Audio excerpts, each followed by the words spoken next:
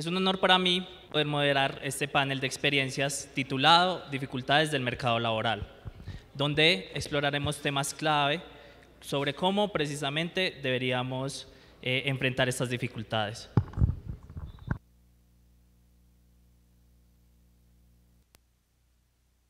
Ok.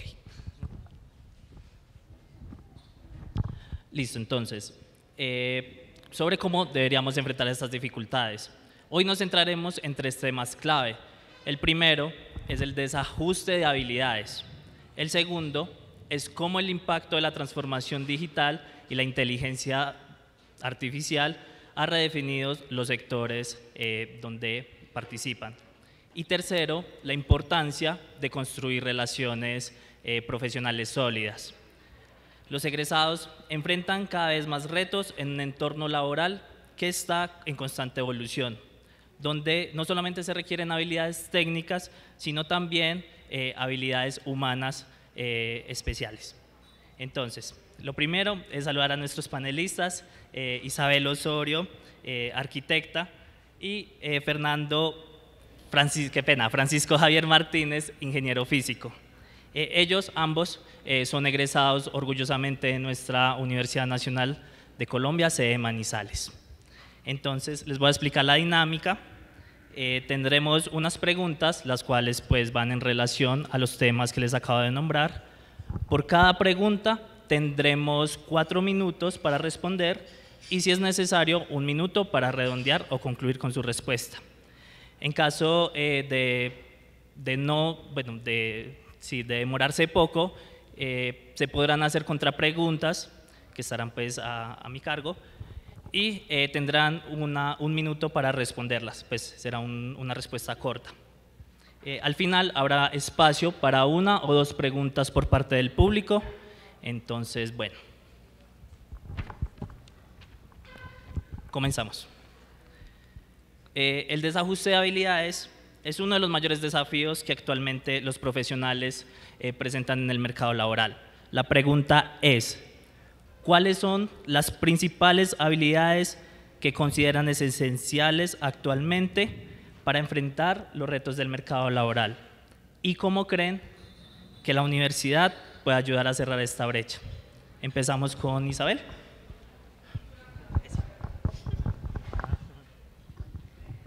Bueno, buenas tardes a todos. Muchas gracias por la invitación a la universidad. Antes de responder la pregunta, quiero decir que me sentí gratamente sorprendida cuando me llamaron.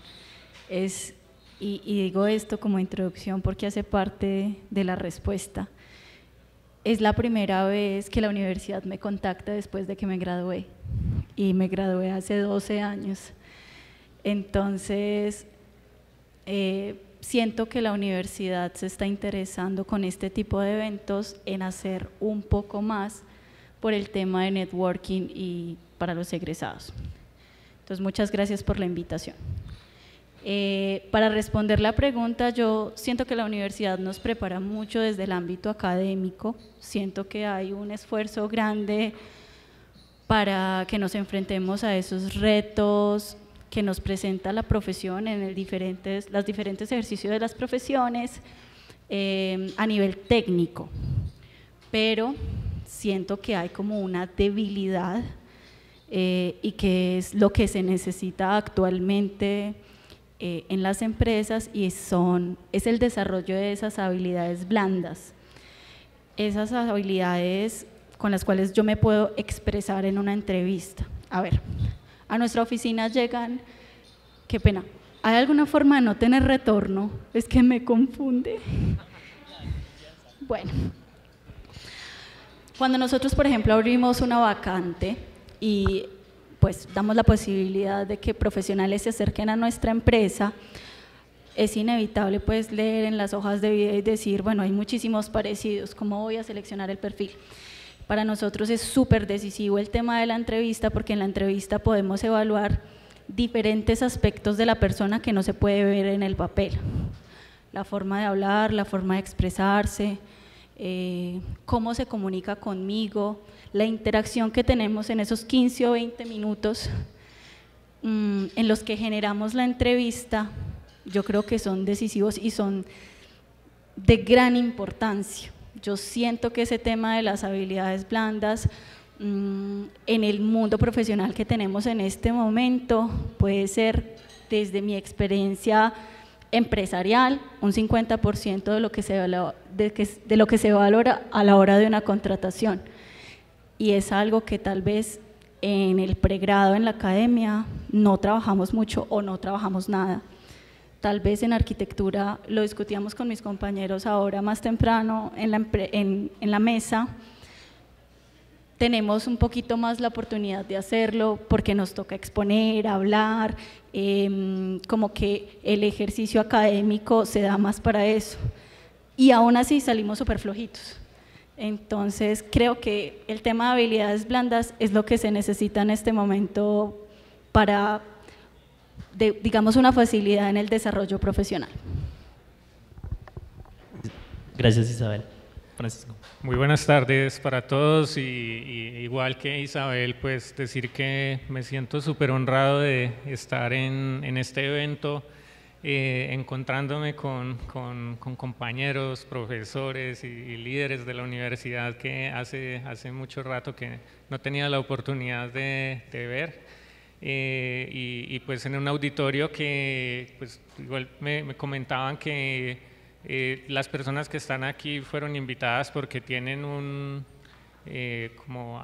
ciertos logros, que son personas como destacadas y por esa razón están en el auditorio. Eso pues es un honor más poder estar aquí compartiendo con ustedes. Me uno a lo que dice Isabel.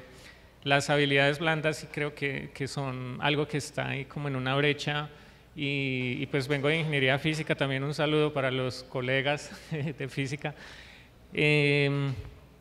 porque nosotros tenemos sin duda muchas fortalezas técnicas y siempre empezamos con las matemáticas, son unas matemáticas súper fuertes, diferentes asignaturas y todas son con un nivel muy estricto.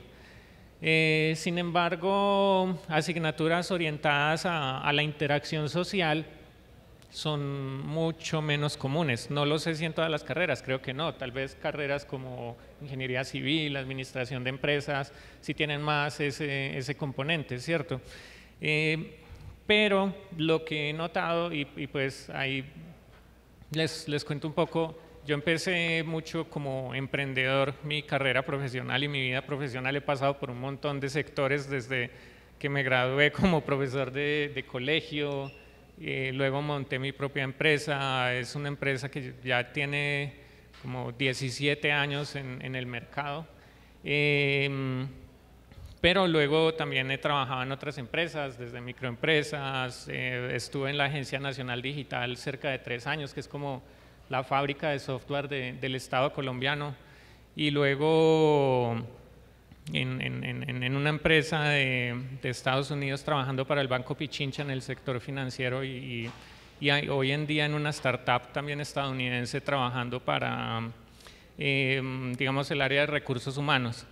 Y por ejemplo, en el caso de la Agencia Nacional Digital, cuando estaba allí empecé como desarrollador, pero luego pude escalar a ser líder técnico y cuando estaba como líder técnico ya tenía que manejar otras habilidades que no eran la capacidad de hacer algo, sino de controlar personas. Por el hecho de haber estado manejando personas en mi propia empresa ya tenía como eso y eso me facilitó. Manejaba como 5 personas, luego pasé a manejar como 30 como gerente de proyecto. Y ya las habilidades eran diferentes, tenía que saber de lo técnico para que no me fueran como a engañar en lo que estaban haciendo y poder controlar bien y entender y poder interactuar, pero también tenía que tener el tacto para hablar con estas personas. No podía decirles como, usted no sabe hacer eso, o sea, tenía que hacerlas sentir bien, pero a la vez sacar lo mejor de ellas. Y luego tuve la oportunidad de ser subdirector encargado por un tiempo y tenía que manejar 300 personas y allí ya tenía que saber otras cosas diferentes. Tenía que hacer contratos con el Estado. ¿Cómo se hace un contrato con el gobierno? O sea, me tocó poner firmas por más de 600 millones de pesos y tenía que revisar estos documentos legales, y allí creo que tenemos dificultades. Luego cuando pasé a estas otras empresas ya había otra habilidad muy importante que era el inglés, y a pesar de que era ingeniero físico y tenía que competir con ingenieros de sistemas para cargos de ingeniería informática, digamos que el tema decisivo fue el inglés, ¿cierto? Inclusive a veces el hecho de tener el doctorado jugaba en mi contra, o sea, casi que a veces tenía que sacar el doctorado de la hoja de vida porque me decían, es muy académico, está sobrecalificado, con doctorado pues tiene que como que investigar en una universidad, entonces casi que lo castigaban a uno, y uno se preguntaba, pero si estuve estudiando un montón de tiempo para eso. Entonces es algo paradójico y algo que creo que se debe de revisar. Así que en resumen, coincido con habilidades blandas, liderazgo, interacción y una más. No sé, como cierta ambición, como cargos de poder. Creo que eso nos falta porque nosotros cuando estamos en la universidad pensamos mucho, voy a hacer dos cosas, o salgo a conseguir trabajo o salgo a montar empresa. Las dos están súper bien. Pero, por ejemplo, en la Agencia Nacional Digital hubo algo que noté, y es que muchos de los que estaban en los cargos de liderazgo eran de la Universidad de los Andes. Y casualmente se conocían, y casualmente muchos habían sido compañeros y se conocían con los ministros, y muchos de los ministros eran de universidades privadas. Entonces hay un círculo social que es importante, y es algo que es difícil de decir, pero es algo que debemos de revisar. Dale, tienes un minuto. Precisamente por eso era que yo decía que me alegraba mucho que la universidad nos hubiera contactado, porque yo creo que como Universidad Nacional de Colombia estamos en capacidad de hacer eso también. Lo que pasa es que no nos hemos interesado, o tal vez la universidad no se ha interesado en propiciar los espacios para que eso se dé. O sea, yo he tenido experiencias con diferentes profesionales, o sea, profesionales que vienen de otras universidades en mi empresa, y en realidad pues yo priorizo a la gente que viene de la UNAL por gusto, por amor, porque me parecen buenos, porque he tenido malas experiencias con otros, pero estoy segura que personas en cargos altos, directivas, gubernamentales, nacionales, seguramente también tenemos de la UNAL y también harían lo mismo. Lo que pasa es que no nos conocemos, o sea, no hay espacios como estos para poder fortalecer ese tipo de relaciones. Listo, Isabel, Francisco, muchas gracias. Sí, precisamente el desarrollo de habilidades no solamente es un tema técnico, sino que también debemos de adoptar una mentalidad de aprendizaje continuo.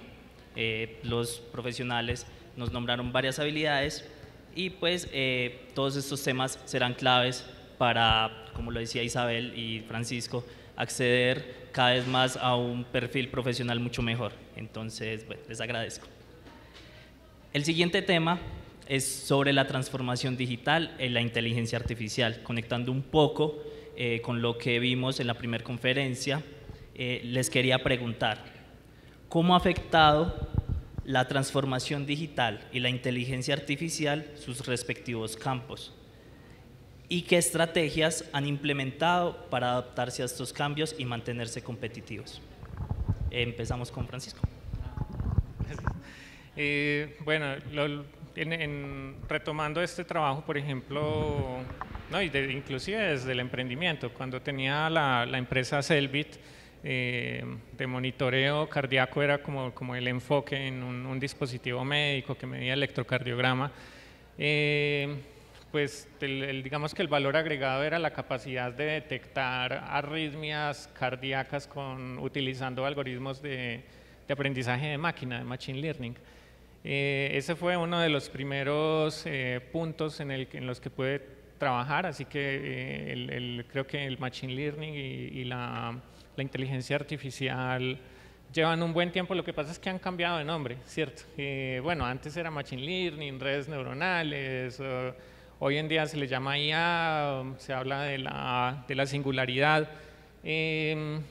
Luego tuve este trabajo en la Agencia Nacional Digital, que era gobierno electrónico, y en esta parte pues la transformación digital generaba un impacto impresionante, porque trámites que las organizaciones públicas tardaban meses, pues nosotros las convertíamos en segundos.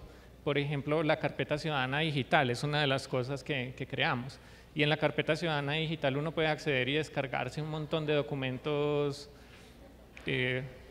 facilísimo, y en ese momento estábamos impactando tal vez a más de 3 millones de personas, entonces es un impacto impresionante. Por otro lado, además del beneficio que puede causar, también están los riesgos. Por ejemplo, cuando estaba en el sector bancario, podía ver que el trabajo que estábamos haciendo, éramos bien remunerados, pero a la vez el proyecto tiene que ver con una digitalización de procesos para la emisión de tarjetas de débito. Eso significa que muchísimas personas que trabajan en agencias, entregando las tarjetas físicas, ya no van a ser necesarias, porque con una aplicación, que es lo que generamos, íbamos a atender también a cerca de 4 millones de personas. Entonces, la cantidad de personas que ya no van a ser necesarias en las agencias y la rentabilidad para la propia institución, lo cual es bueno. Pero la pregunta es, ¿todas esas personas que estaban allí como funcionarios los van a pasar a otros cargos o se van a quedar sin empleo, ¿cierto? Entonces creo que sin duda sí hay un riesgo para miles de empleos con esto. Gracias, Francisco. Isabel. Bueno, pues yo soy arquitecta, entonces el tema de digitalización en el sector construcción ha sido complicado. Ha sido un proceso de varios años, de muchos años, pues incluso antes de que yo estuviera ejerciendo mi profesión, pero digamos que ha sido lento porque el sector construcción trabaja mucho con personas muy experimentadas. Entonces, esas personas muy experimentadas son un poco reacias al cambio. Hoy en día tenemos algo que en el sector construcción nosotros llamamos metodología BIM, salió en las palabras de ingeniería civil y arquitectura como las habilidades que debemos tener todos los profesionales actualmente del sector construcción. Esa ha sido como la cascarita, o sea, esa ha sido la digitalización del sector, y es algo que comprende, digamos que toda la cadena de construcción, y nos permite avanzar muchísimo más y de verdad llegar al 2024 a nivel profesional, porque el sector construcción a nivel de digitalización ha sido uno de los más rezagados históricamente en Colombia. O sea, nosotros, yo diría que en el 90% de las obras hoy en día en Colombia todavía se lleva una bitácora de papel. O sea, las actividades las registra una persona que está en la entrada con un lapicero, y cuando hay una duda se revisa la bitácora de obra. ¿Qué pasó? ¿Quién trajo el material? ¿Quién lo sacó? ¿En qué momento? ¿Quién autorizó? Entonces, es increíble que eso nos esté pasando actualmente, ¿sí? Como sector. La metodología BIM nos ha impactado muchísimo, pero le falta fuerza gubernamental. Yo creo que todos los profesionales de la construcción que estamos en este momento acá sabemos del Plan BIM Nacional a 2026, pues de la existencia, pero no existe nada que nos esté realmente reglamentando ni que lo haga obligatorio. Entonces la implementación ha sido muy lenta, ha sido costosa, ha sido tortuosa, porque hay que capacitar el personal, y de hecho desde la UNAL en los últimos 2 años se ha venido haciendo un gran esfuerzo para dar ese paso de digitalización. A pesar de eso, todavía estamos incipientes. O sea, yo creo que como sector somos de los más atrasados en digitalización. Ha habido digamos que varios incentivos que se han creado para que demos ese paso, pero ha sido complicado por el costo que tiene y porque encontramos una barrera muy grande generacional. Entonces, las directivas de las grandes constructoras, quienes son los que jalonan el sector construcción, no están interesados en el tema, pues porque llevan muchos años haciendo las cosas de la forma en la que les funciona, les es rentable, lo han hecho toda la vida, están en una posición cómoda y creen que esto es una inversión grande que no les va a generar mucho valor. Pero, por ejemplo, para la metodología BIM existe BIM Forum Colombia, que es la organización en Colombia que se encarga como de datear todos los movimientos BIM a nivel nacional, y ellos tienen unas cifras súper abrumadoras. O sea, uno ve eso y uno dice, juepucha, tenemos que digitalizarnos ya. O sea, nos hablan hasta de ahorros en costos directos de un proyecto del 30%. Eso es una barbaridad. O sea, es que a nivel construcción nosotros hablamos de proyectos, un edificio chiquitico de 5 pisos, de 8 apartamentos, vale 1.500 millones hacerlo. Entonces, si yo me ahorro el 30, juepucha, eso es un cajonal de plata. Obviamente esas cifras pues son las más alentadoras y de ahí para abajo, pero si ya ustedes piensan en una torre cotidiana de 20 pisos que está haciendo, por ejemplo, Constructora Galias en todo Manizales, ¿cuál es el costo directo de eso? Y si no es el 30 lo que me ahorro, sino un 10 para ser conservadores, podemos estar hablando de 400, 500 millones de pesos. O sea, es mucho dinero.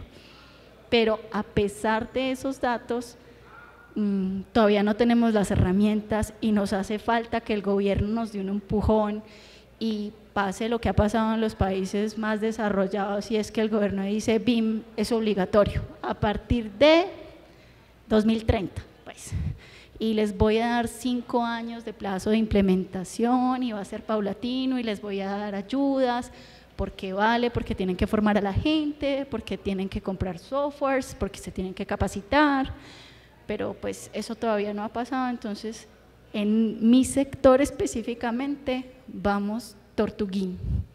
Ha sido difícil. Listo, Isabel. Sí, bueno, como lo decían nuestros profesionales, un poco de la preocupación, yo creo que de todos, es buscar cómo equilibrar estas nuevas tecnologías, es la IA, que vimos que incluso en ocasiones puede ser abrumadora, cómo equilibrar el funcionamiento de esta con las habilidades esenciales humanas. También por el lado dije Francisco, sí, el lado de Isabel nos comenta sobre la regulación del gobierno, el tema de construcción.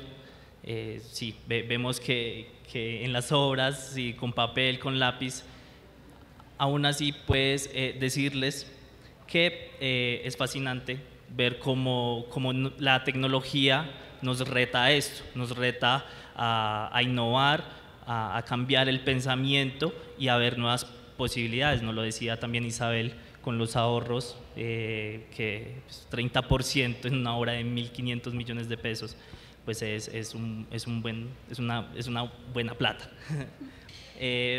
Lo decía, el reto es equilibrar todo este tema de automatizaciones con nuestras habilidades humanas esenciales, que no las podemos olvidar. Muchas gracias. Seguimos con la siguiente pregunta. Listo. Sabemos que las redes profesionales juegan un papel crucial en el desarrollo de una carrera exitosa. Les pregunto, ¿qué consejos darían a los egresados sobre cómo construir y mantener relaciones profesionales efectivas?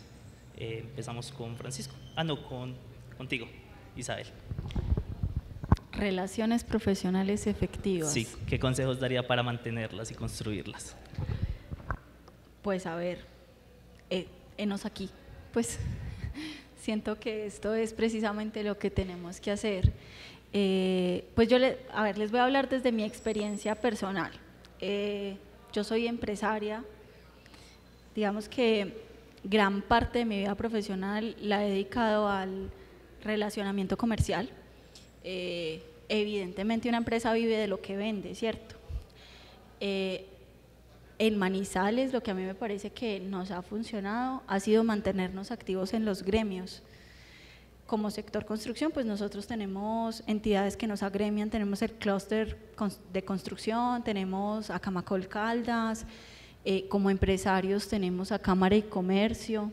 Entonces, cuando yo soy de la mentalidad de sí a todo, yo soy de la mentalidad de que cada uno de nuestros colaboradores y mis socios pues y yo somos embajadores de nuestra empresa, de nuestra marca, y cuando somos profesionales independientes es exactamente lo mismo. En la medida de lo posible hay que tratar de asistir a todo este tipo de espacios que nos abren las puertas a las instituciones.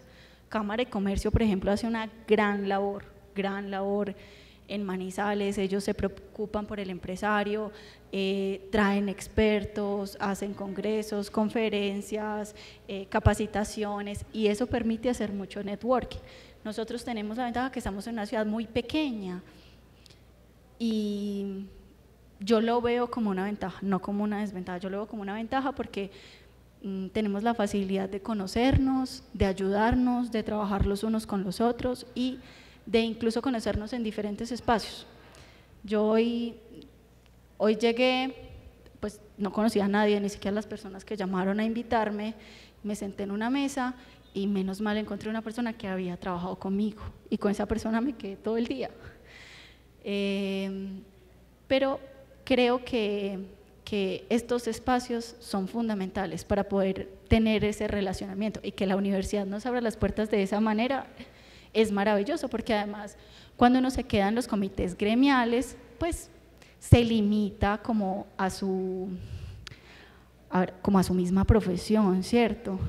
Mientras que aquí tenemos la oportunidad de estar con administradores, con físicos, con ingenieros electricistas, bueno, en fin.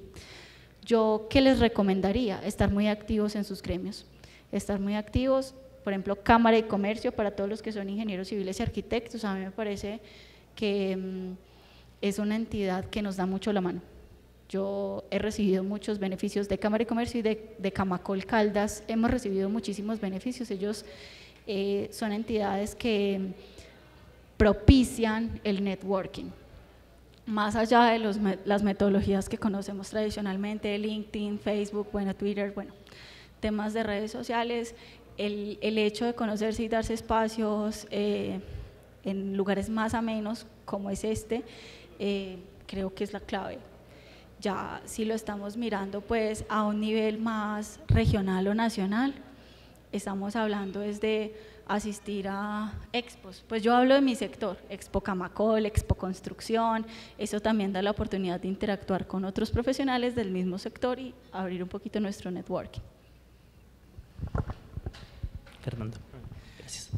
Bueno, por mi parte, sí, yo creo que el primer punto de contacto está casi desde que, no sé, desde que somos muy jóvenes en el networking, o sea, tal vez inclusive los primeros amigos, pero depende de cómo se interactúa con ellos y la calidad de ese círculo que uno elige, porque digamos que lamentablemente hay personas que lo pueden ayudar a uno a proyectarse o a estancarse. Entonces creo que es importante elegir el tipo de personas con las que se va a interactuar primero.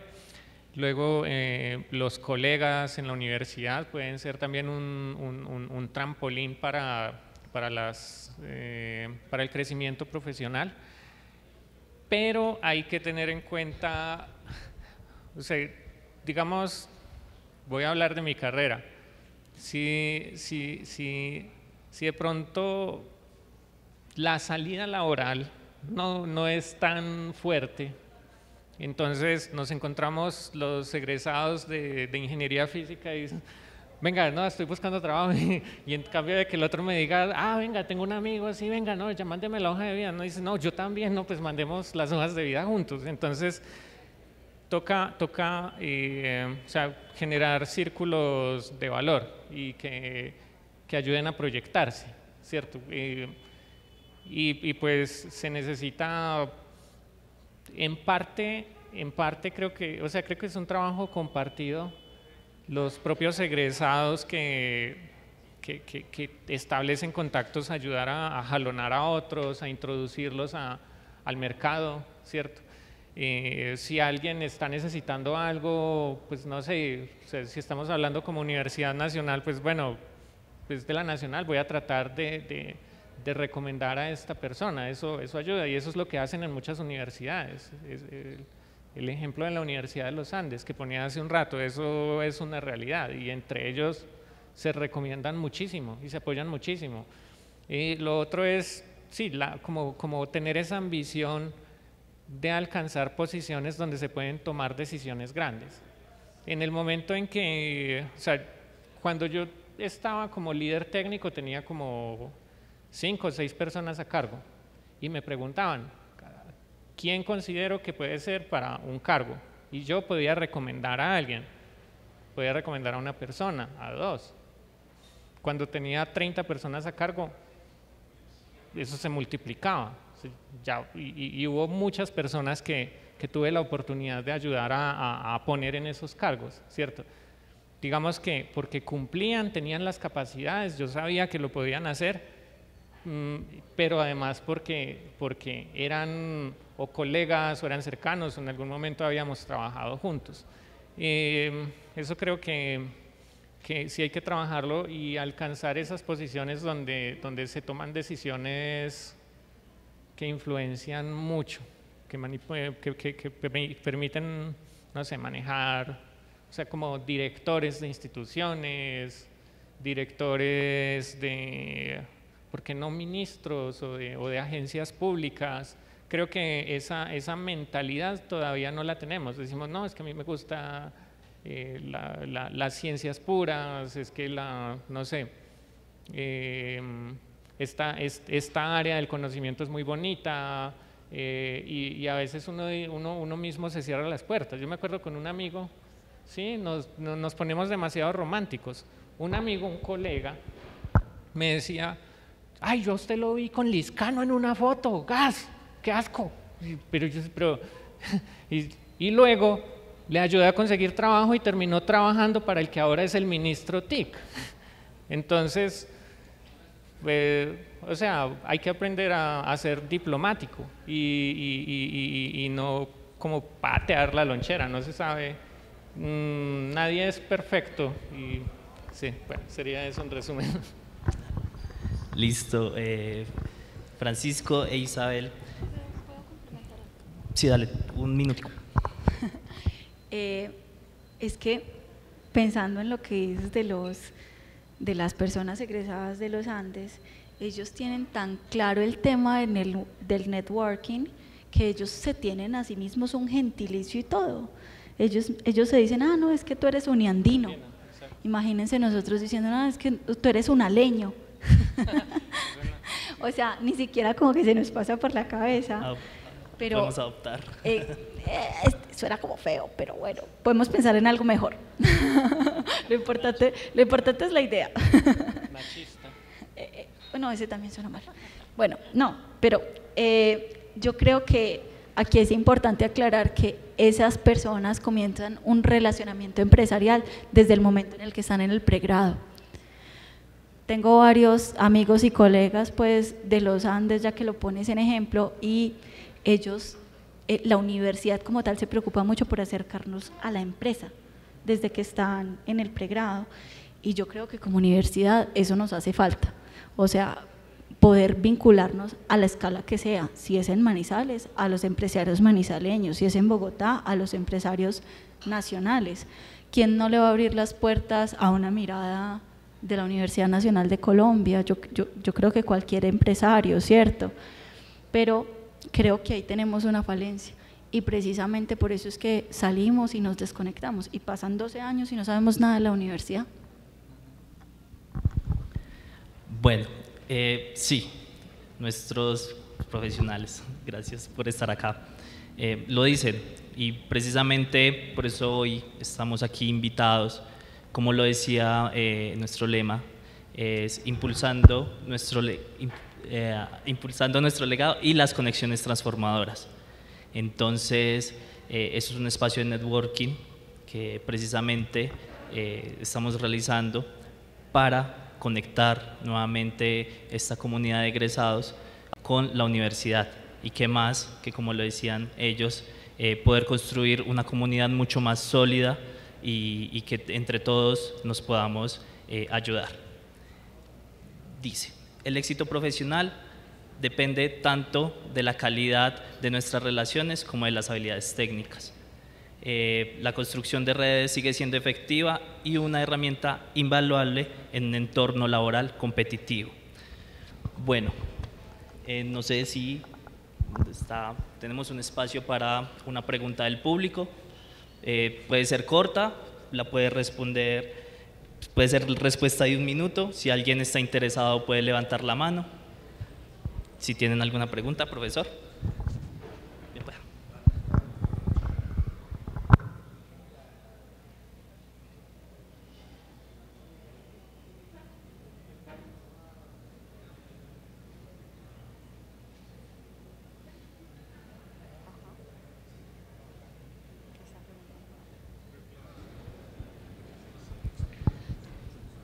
Listo. Replico la pregunta del profesor Héctor Jairo, muchas gracias. Él pregunta, ¿qué los marcó como egresados de la UNAL para tener o ser exitosos hoy en sus carreras? ¿Qué los marcó desde la Nacional? Bueno, yo creo que para mí es un punto muy claro. La universidad, cuando yo estaba terminando la universidad me abrió las puertas para un intercambio académico. Yo me fui a terminar a Francia mis últimos 2 semestres, pero me fui con ayuda de la universidad, con un programa de mejores promedios.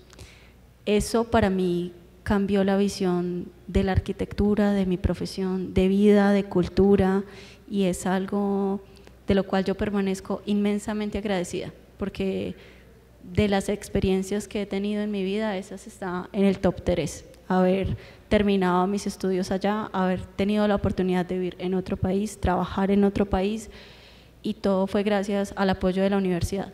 Entonces eso me marcó de manera muy positiva en todos los aspectos de mi vida, no solo profesional y académico, sino también como persona. Gracias. También agregar, bueno, por mi parte, creo que me sirvió mucho ese rigor y la metodología, porque también ha sido decisivo en ciertos procesos para escalar. Y la fama que uno mismo se hace en el trabajo día a día, porque ya tenía como ese ritmo de trabajo fuerte de la Nacional. La Nacional es una universidad muy exigente. Y pues ya era como lo normal. Lo normal era hay que trabajar mucho, hay que estudiar mucho y la calificación puede que no sea tan buena. Entonces uno siempre como que sabía que podía hacer más y esforzarse, y luego cuando uno va y se encuentra frente a frente con otras personas, pues hay personas que son egresadas de otras universidades y dicen, no, yo llego hasta aquí, 6 de la tarde, no, listo, yo ya hice esto y chao. En cambio, pues, o sea, al menos de mi parte decía, me falta terminar esto, lo tengo que terminar y me quedo a lo que sea, a las horas que sea, pero lo entrego. Y entonces, eso cuando se suma meses, años, puede que no tenga todo el dominio de un área, pero la gente lo nota y eso ayuda a crecer profesionalmente. Listo, bueno. Ha sido muy enriquecedor escuchar las diversas perspectivas de nuestros panelistas. Hemos aprendido sobre las habilidades clave para el futuro, los retos y las oportunidades de la transformación digital y la importancia de construir redes de contacto efectivas. Quiero agradecerles por estar acá, a Isabel Osorio Betancur, arquitecta, y a Francisco Javier Martínez, ingeniero físico, por estar acá, por compartir su tiempo y sus conocimientos, y por supuesto a todos ustedes por estar acá. Estoy seguro de que hemos discutido hoy lo que será de gran valor para nuestras vidas, para nuestra comunidad UNAL, y bueno, muchas gracias y hasta la próxima. Gracias.